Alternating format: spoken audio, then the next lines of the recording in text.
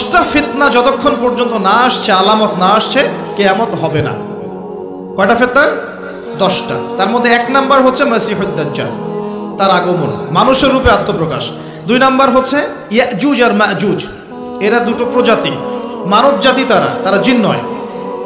3 number ঈসা ইবনে মারিয়ামের আগমন, ঈসা আলাইহিস সালাম আবারও ইউটার্ন করবেন, ফিরে আসবেন। আল্লাহ পাক তাকে তার কাছে উঠিয়ে নিয়েছেন, তিনি আবারও ফিরে আসবেন সিরিয়ার দামেস্কের সাদা মসজিদের মিনারের উপরে, এবং তার হাতে আল্লাহ রাব্বুল আলামিন দাজ্জালের মরণ লিখে রেখেছেন, তার হাতে তিনি মারা যাবেন। ঈসা আলাইহিস সালামের হাতে দাজ্জাল মারা যাবে। এরপর ঈসা ইবনে মারিয়াম পুরো বিশ্বে 40 বছর এই শাসন কার্য পরিচালনা করবেন ইনশাআল্লাহ। তিনি বিয়ে করবেন, তার মৃত্যু হবে এবং তাকে দাফন করা হবে নবী সাল্লাল্লাহু আলাইহি ওয়াসাল্লামের কবরের পাশে। তার ওই সোনালী যুগের পরে আবারও মানুষ খারাপ হওয়া শুরু করবে, এমন খারাপ হবে যে মানুষ আল্লাহ শব্দটা বলার মতো মানুষ থাকবে না, এবং তাদের সামনে আল্লাহ পাক পশ্চিম দিক থেকে সূর্য উঠাবেন, কিয়ামত হবে। এটা 3 নাম্বার। 4 নাম্বার দাব্বাতুল আরদ, জমিন থেকে একটা প্রাণী বের হবে এবং এই প্রাণী মানুষের সাথে কথা বলবে।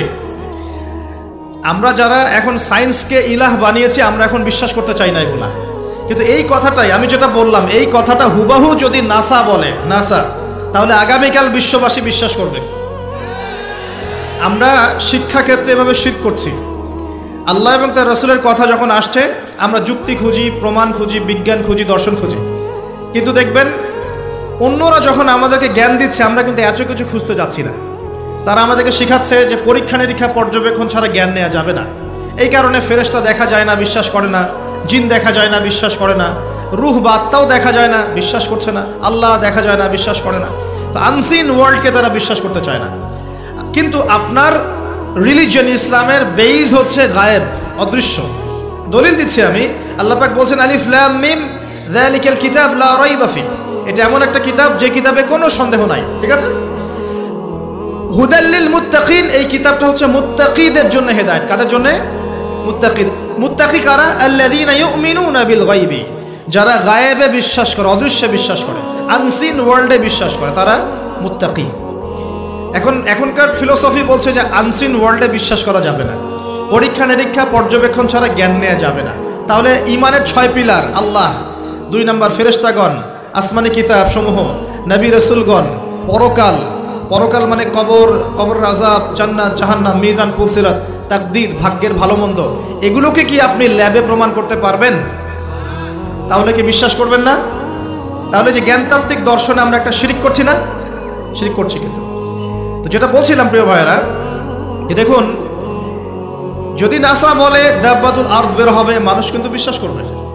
এখন আমরা বলছি মানুষ বিশ্বাস করছে না, শুধু বেরই হবে না, সে মানুষের সাথে কথাবার্তা বলবে। সুবহানাল্লাহ। তারপরে বলছেন 4টা বলেছি, 5, 6, 7 হচ্ছে 3টা বড় বড় ভূমিকম্প। 3টা বড় বড় ভূমিকম্প না, শুধু ভূমি ধস, মানে ভূমিটা নিচে ধসে যাবে।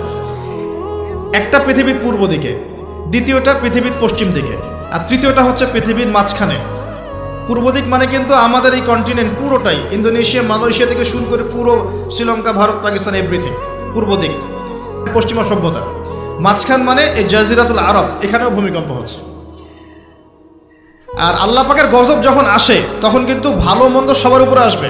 একটা দলিল দিয়ে দেই, যায়নাব বিনতে জাহাশ রাদিয়াল্লাহু আনহা, নবী সাল্লাল্লাহু আলাইহি ওয়াসাল্লামের স্ত্রী, তিনি আছেন, নবী সাল্লাল্লাহু আলাইহি ওয়াসাল্লাম ঘুমাচ্ছেন, হঠাৎ তিনি ঘুম থেকে উঠলেন এবং খুব আতঙ্কিত একটা অবস্থায় উঠেই বলছেন, লা ইলাহা ইল্লাল্লাহ, লা ইলাহা ইল্লাল্লাহ, ওয়াইলুল লিল আরব, আরবদের জন্য ধ্বংস, আরবদের জন্য ধ্বংস, মিন শাররি কাদ ইকতারাব, কি ভয়াবহ ফিতনা ধেয়ে আসছে ওদের দিকে।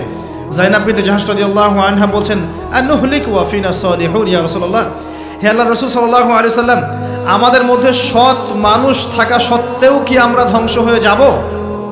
চমৎকার প্রশ্ন না? আমাদের মধ্যে সৎ ব্যক্তি থাকা সত্ত্বেও কি আমরা ধ্বংস হব? নবীজি বলছেন, নাআম, অবশ্যই ধ্বংস হবে। ইযা কাসুরাতিল খাবাস, যখন সমাজের মধ্যে অশ্লীলতা, বেহায়াপনা ছড়িয়ে পড়বে, তখন সবাই ধ্বংস হয়ে যাবে। আল্লাহ পাকের গজব আসলে ভালো মন্দ সবার উপরই আসবে, জালেমদের উপর খাস করে আসবে না। আচ্ছা, ভূমিকম্পের পর কি? ইয়েমেন থেকে আগুন বের হবে। নবীজি বলেন, ইয়েমেন থেকে আগুন বের হবে এবং আগুনটা কিয়ামতের মাঠের দিকে মানুষকে তাড়িয়ে নিয়ে যাবে।